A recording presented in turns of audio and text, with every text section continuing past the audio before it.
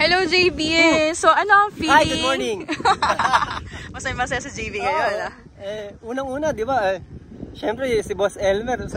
Ikaw mag-ensayo dyan, ha? Sige po, boss. Oh. Ano ang feeling ng ikaw ang kauna-unahang tumapak kayo ni Bea Bell? Ang unang nakagamit at nagbukas ng ating racetrack para sa ensayo. Oo. Sa ensayo muna kasi, di ba? Hindi ako, masayang-masaya ako kasi unang-una, sabi ni Boss Elmer, i-film mo yung pista na kayong dalawa ni Bea Bell. Sabi ko, sige po boss, hindi naman ako nagdalawang alinlangan. Ako kumbaga parang, talagang pinil ko talaga maigi. Una, dito ako sa gilid. Tapos nung pangalang ikot ni Bea Bell, doon naman ako sa labas. Kumbaga parang yung pista, pinagmamasdan ko maigi. Kumbaga, wala naman ako masasabi. Sobrang ganda ng pista. Unang-unang sabi ni Boss Elmer, nag-uulan. Kaya ngayon, tignan mo yung pista natin kung okay ba, matigas ba. Ito, isang linggo halos umuulan, di ba? Ngayon lang huminto yung ulan. So let's feel yung ating buhangin. Ito napaka-pino eh. Ikaw, di ba? Hindi ka para tumatakbo ng spalto. Ayun. So yun ang description mo, parang super soft. Alam mo yung tamang-tama yung cushion sa paa. Diba? Tsaka ang pista nila pa ganito para daw ang sabi niya yung tubig puro pa ganun lang. Siguro naman may labasan yan ng mga tubig pag umuulan, hindi mag-stuck dito sa loob ng pista natin. Okay, so Bayang Karirisa, as you can see, tuyong-tuyo po yung ating pista despite of the rainy season na tinagdaanan natin for almost a week, 'di ba? At ako dito, kahit naka-shoes po kayo, yan. Kasi syempre meron tayong feel dito, mararamdaman natin yung pagka-fine ng buhangin. Super duper fine. Okay, so sa lahat po ng ating mga kaibigan, this is a historic event. Kauna-unahan pong umapak at nakapag-ensayo ang mag-couple. Kumbaga, mag-couple tandem talaga ito. Ang ating mga athletes na si Bea Bell at si JB Hernandez. Ngayon po, September 7, 2024, ibinubuksan na po ang ating racetrack para sa mga mag-iensayo. And hopefully soon, bubuksan na rin po ito para sa ating mga regular races. Although kung makikita niyo po dito, we have twin racetracks din. Inner track at yung ating outer track. Kanina si JB Hernandez, very knowledgeable na to. Kumbaga kanina, sa kanya ko na nalalaman. So JB, etong nasa may harapan natin, although hindi pa nakalagay yung ating, what do you call that? Arko. Yung meta, yung finish line. May arko yan, di ba? So, dan lalabas yung emblem or logo ng Philippine Jockey Club. So, ito po yung magiging meta.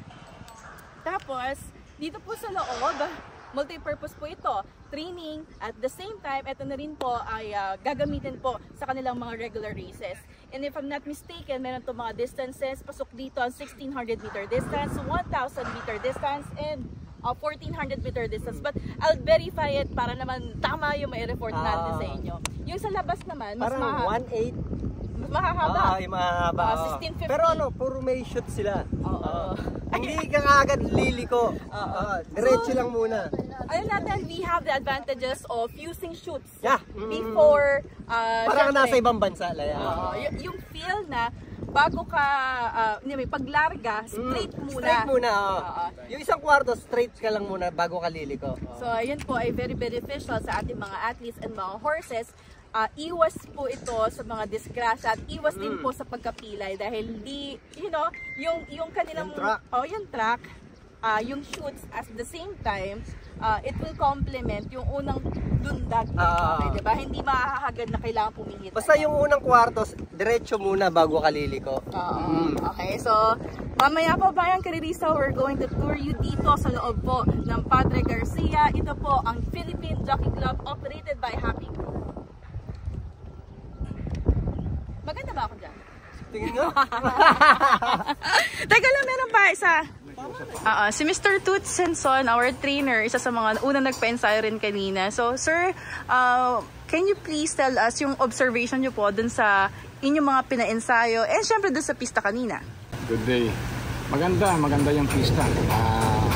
Ang obserbasyon ng mga konselor, Hindi matigas, hindi rin malambot. Parang may hawig sa pista ng naip. Malambot, very fine nga siya. Very fine.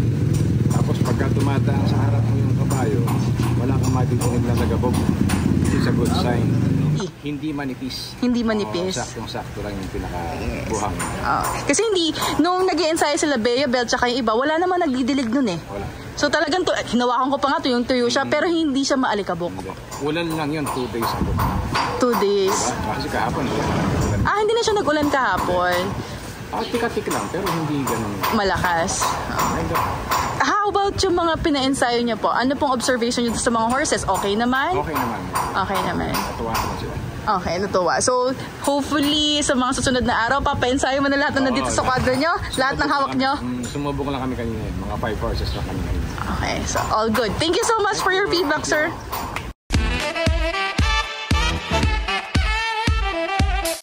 Ang ating pong architect, ang tagapangasiwa at nakatutok araw-araw sa ating Philippine Jockey Club Construction, none other than Architect Bong Lopez. Sa lahat po ng ating mga bayang karisa, I am very sure, kilala niyo si Haksek? Siya lang naman po yun. Okay, hindi lang po very good photographer and ano po kayo, sir? Nagpa-paint din po ba kayo? Artist or something? Dati, talaga. Lahat ng artistic side lumalabas. Pero syempre, ang love for the horses hindi mawawala. So, sir, can you please update us with the status of the construction? Siguro percentage po. Ngayong September 2024, nasa ilang percent na po kaya tayo? Sabihin natin nasa 80% tayo sa racetrack. Okay po. Kasi yung mga infra, yung Jockey's Quarters, yung grandstand, nakikita naman natin na wala pa masyado. Okay, sir. Kaya ba natin yung weather? Oh, yes. Pero welding tayo. Pagka nag-ulan, wala na. bawal, syempre. Delikado na yan. Apo. Ito po ang ating mga ilaw. Ayan, nakita po natin, may mga naka-erect po dito. Na-install na po natin ating mga lights. Hindi pa siya complete, pero ginagawa natin. Meron mga naka-assemble na dyan sa area na yan. A total of how many lights po ba? 36. 36. Oo, 36. Pero ilan na po yung naka-erect?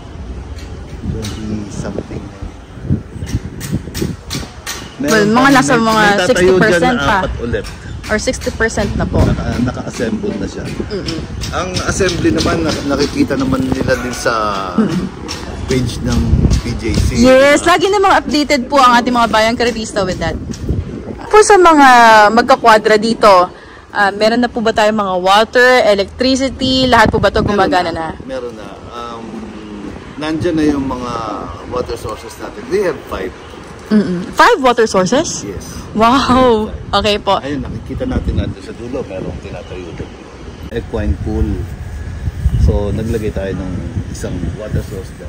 Okay. Meron din isa. Ayun, nandun sa, yung makintab na yun. Yung bawat sulok po ba meron to? May mga water tanks? Nandun ang main natin. Ayun. Okay, sir. Ang dami, ang dami. So, tatlo na yan, di ba? Apa. Meron pa dito isa. Nandito lang sa likod natin. Ayan. Okay, yes, sa mga water tanks.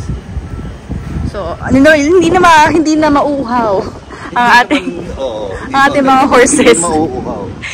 Tsaka kailangan crucial. Pati mga pupunta rito, hindi mauuhaw. Pero po yung ating pong racetrack, sir. Meron pa tayong isa doon. Meron pa tayong isang water source doon sa may VIP stables. Yung ating pong racetrack, for the water, sir, ang ginagamit po natin, yung mga nandito rin na po, na water tanks, or meron po kayong other supply dyan? Meron po ba kayong cistern? Magkakaroon tayo ng cistern. So magkakaroon pa tayong cistern? Gagawin na yan.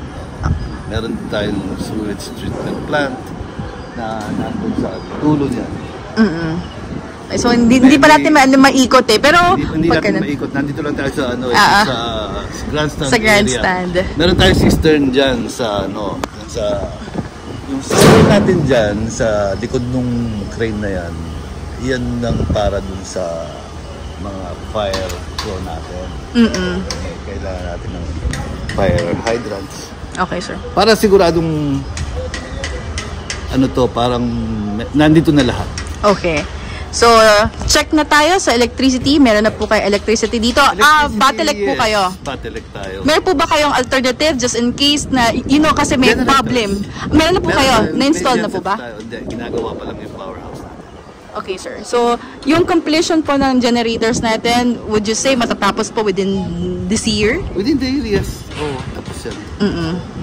Kailangan natin kasi nag-ambisyon tayo magkarera dito by December. Kung papayagan tayo ng panahon. Yun lang talaga. Pero nakita po natin kanina na may nag-ensayo na Veyavel, iba. Sila po ang mga unang tumapak sa ating pista. Yung inner track po ang magagamit na. Yung inner track magagamit na naumpisahan na yan kanina, so na-expect natin na tuloy-tuloy na yan. How about yung outer track po?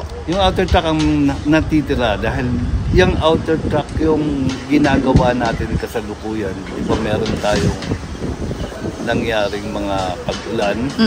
So hindi magawa yan dahil hindi makapasok yung equipment. Siyempre, meron na yung mga geotextiles. So yung geotextiles pag nasira yan, maglalampasan yung mga gravel natin.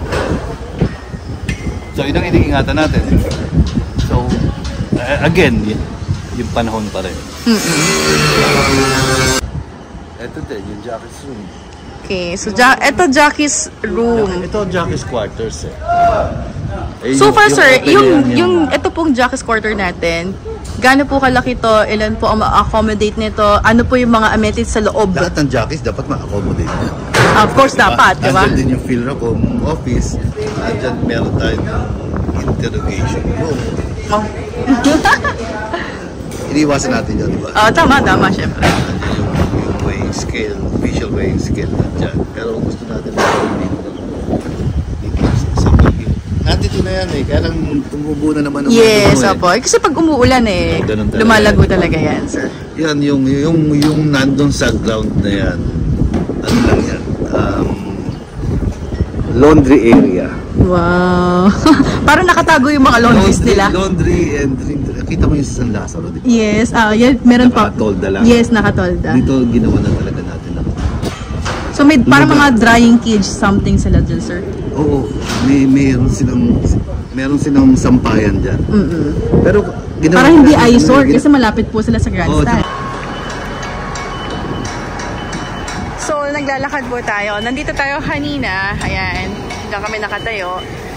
Nakatutok yan sa, syempre, sa starting gate natin tsaka sa finish line. So meron sila dyan. Dyan sa taas. Earlier, nandun kayo, di ba? Sila, yes sir. Nandun ako sa baba sa may gitna Okay. So we're talking about the fences po, di ba? Yes. Itong fence na to magsisecure sa mga horses whenever they get loose. Okay. So ito po sir, lahat po ba to full installed na?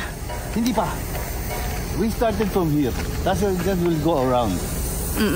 Kailangan natin secure yung buong area ng racetrack. Okay, so ayan. We'll go all the way around the whole track. Yung inner track po natin, yun ang completed na or hindi pa rin po? Yung inner track ang completed, yes. Completed. So kaya po yun ang pinapagamitan natin sa ensayo? For exercises. Okay.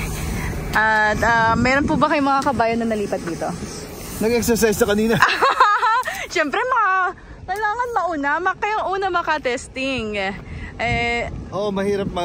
Mahirap i-test yung mga magagaling agad Kailangan yun muna mga mumurahin. Ay hindi naman ganon. Kung sino lang yung una na nandito, paunahan na lumipat. But I understand sir, may waiver pa tayo na sinasabi dito na dahil hindi pa siya fully completed, may mga instances na baka magkaroon ng disgrasya mga kabayo, which is lagi namang nangyayari. Di ba? May mga nababato, may napipilay. So, yung mga nag-i-ensayo dito, pwede na sila, but with a waiver. Meron pa kasing risk. Actually, kahit naman completed na yan, nandyan lagi yung risk. Pero dito nga, kung may halimbawa may laglag na inete, wala pang ambulance. Although ang dami sasakyan dito, so hindi naman kailangan mag-worry yung may mga ospital naman nandyan. Pero yung security ng kabayo, kaya kailangan natin yung fence. Tsaka kailangan natin waiver para naman yung club ay hindi masaktan if ever merong magpo-problema when open. Alam mo na yun. Apo. Ilan na po ba ang mga naka-stable dito? As far as you know, sir? Yung SC Stock Farm, yung kay Tito Poch. Kay Tito Poch o kay Mr. Gonzales, yung sakit. Okay po. So kayo pa lang po? Kami pa lang. But are you opening the club para po sa ensayo? Sa lahat po na I think once they see what happened this morning, nakita ko nandito na rin yung ating mga starting gates. Wow. So ito po, ilang butas po ang starting gates natin? 14, yung nanggaling sa Full gate. Jockey Club. Oy, galing sa amin yan. Yeah, ito labindalawa. Ito sir, Itong starting gate na to, galing to sa Caribbean. 12 numbers of horses ang pwedeng marami dyan. pero magkapares lang po sila ng dimensions and everything. Magkaiba sila actually. Ano pong pinagkaiba nila? Mas malapad ang gulong nito, hindi. Actually, parang mas mataas po siya eh. Hindi po ba? Pareho lang sila in terms of height. Pareho lang sila. Mas mahaba lang yung ano nito, yung width niya. Oh, yeah. How about po yung mag-ensayo, yung mga magbe-break? Well, for now, yan ang ilalagay siguro natin doon sa 1200. Itong maxi na yun. Okay, sir. Tapos yung 400, hindi pa natin na... Sila Dion Visser ang mag-design. Sila ahapon na. So, sir, do you have any message sa lahat ng ating mga bayan Karerisa? Forwards po sa lahat po ng gustong pumunta at mag-stable na dito. Siyempre, speaking as a horse owner. Sa mga nagtatanong kung kailan ang karera, sana po mangyari towards the end of the year. Wag na lang po nating sana yung naririnig namin at nababasa na sana hindi ganito mangyari dun sa bago. Gagawin natin lahat yung dapat, yung dun sa inaasahan. Okay, marami pong salamat, sir. And lahat po tayo excited na makita at masimulan na po ang mga karera dito. But for now, we're happy na at least ensayo, you're opening the track. Yeah. Okay, maraming salamat po, Architect Bong. Salamat din sa pag-interview mo.